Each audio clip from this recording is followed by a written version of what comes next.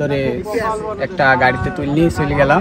দিয়ে ওইখানে যাই ওনাকে চিকিৎসা দিল, ওইখানকার ডাক্তার নার্স ফার্স সবাই আসলো। দিয়ে ওনার ফ্যামিলিতে যোগাযোগ করলাম, কারণ ওনার ফোন তো লক ছিল, একটা ভাই ফোন দিছিল। দিয়ে ওনাকে আমি বললাম যে এরকম অ্যাক্সিডেন্ট করছে, আপনারা একটু ওনার ফ্যামিলিকে জানাই দেন। দেওয়ার পরে উনি তখন ওনার ফ্যামিলিকে হয়তো জানাইলাম। পরপর 2-3টা ফোন আমার কাছে আসলো। যে আমি বললাম যে গাঙ্গীর সদর। এই অ্যাক্সিডেন্টটা কিভাবে ঘটছিল মনে হয়, ওরা কোন দিক দিয়ে আসছিল? ওনাদের ইয়েতে এসছিল, এই যে তিরাইল থেকে বামন্দি যাচ্ছিল ওনারা, আর আমিও ওনাদের পেছেই ছিলাম। আর এখানে আসি ওই যে আরেকটা বামন্দির থেকে তিরাইল বাবু যে গাড়িটা আসছিল, দুইটা মানে একবারে সামনে সামনে আসছে। আর এই সাইডেও একটা ভ্যান ছিল, এই সাইডেও একটা ভ্যান ছিল। ওভারটেক করতে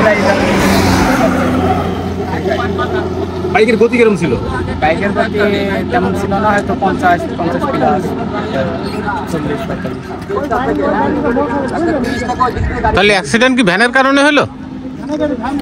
হয়তো ভ্যানের কারণে। বাইকের গতি গতি ছিল বেশি ছিল না, আমারই 40 ছিল। উনি আমাকে, তুমি কি গাড়ি চালাও? আমার জিগজাগ। 40 জীবনে গাড়ি চালাইছো? সত্যি কথা বলো, 40 জীবনে গাড়ি চালাইছো? আমি 40 জীবনে গাড়ি চালাইছো জিজ্ঞেস করছি। আমার এই ঘোড়ার ডিমে সাইডে চালাই, আর গাড়ি আমার